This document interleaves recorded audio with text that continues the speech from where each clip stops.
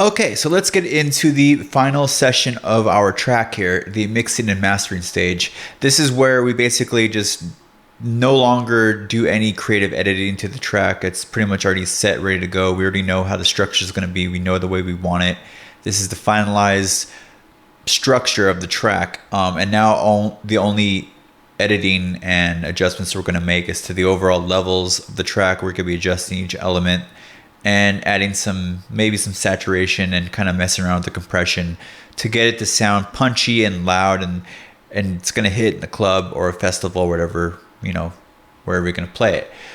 So first we want to go over some just minor tweaks to take a listen and adjust as we go. Now, I want to preface this by saying the way I work, my workflow is set up is I have a master rack already ready to go on all of my templates and all of my tracks as soon as I start them.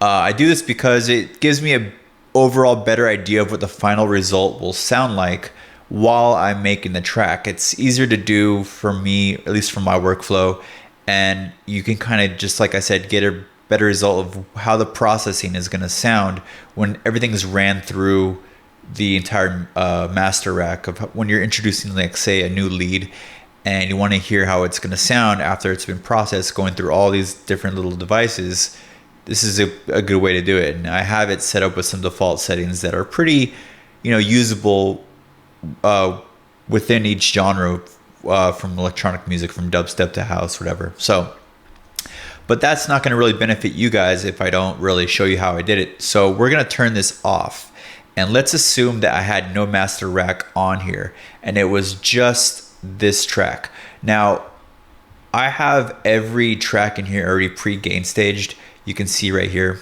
that I have everything usually at -16 or so, but if I adjust, I bump it up a little bit to like -11 or so. But on every track, you'll notice that there is one of these utility group racks here, and I have everything normally set to -16, and that's going to assure that no matter what I add to my track, everything is going to be pretty much already gain staged and ready to go for me, and it's going to give me a decent amount of headroom to work with. So let's go down to our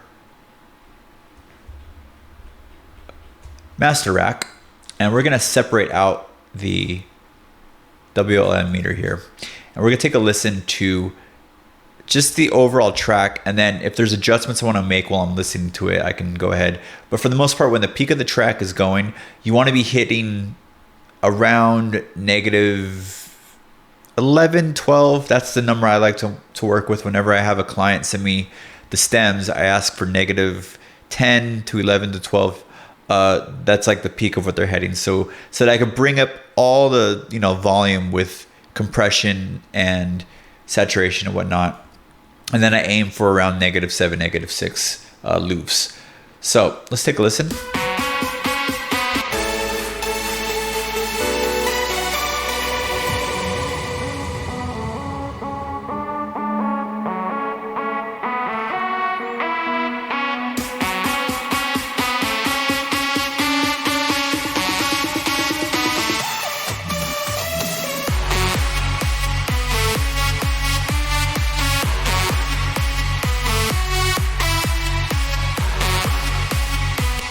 Okay, so you can obviously hear that I have a lot of room to work with here. We're at -18 during the chorus, so I can really push this thing.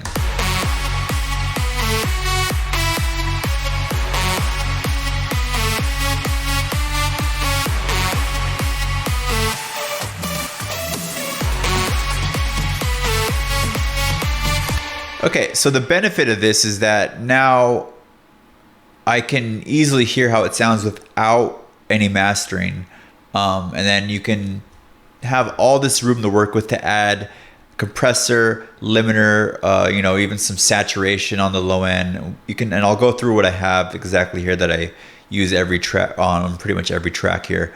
But the more headroom, the better, because it's always easier to add volume rather than to take away volume. If someone gives you stems that are already too loud, it's going to be a lot more difficult to fix their track and make it sound proper, rather than if it's too low, you can always bring it up. Obviously, you can't do the opposite. If there's already distortion present, you can't really remove distortion if it's already printed into like the audio file from a bad render. So we have plenty of room to work with. And basically, an easier way to go about this is let's go ahead and start from the beginning.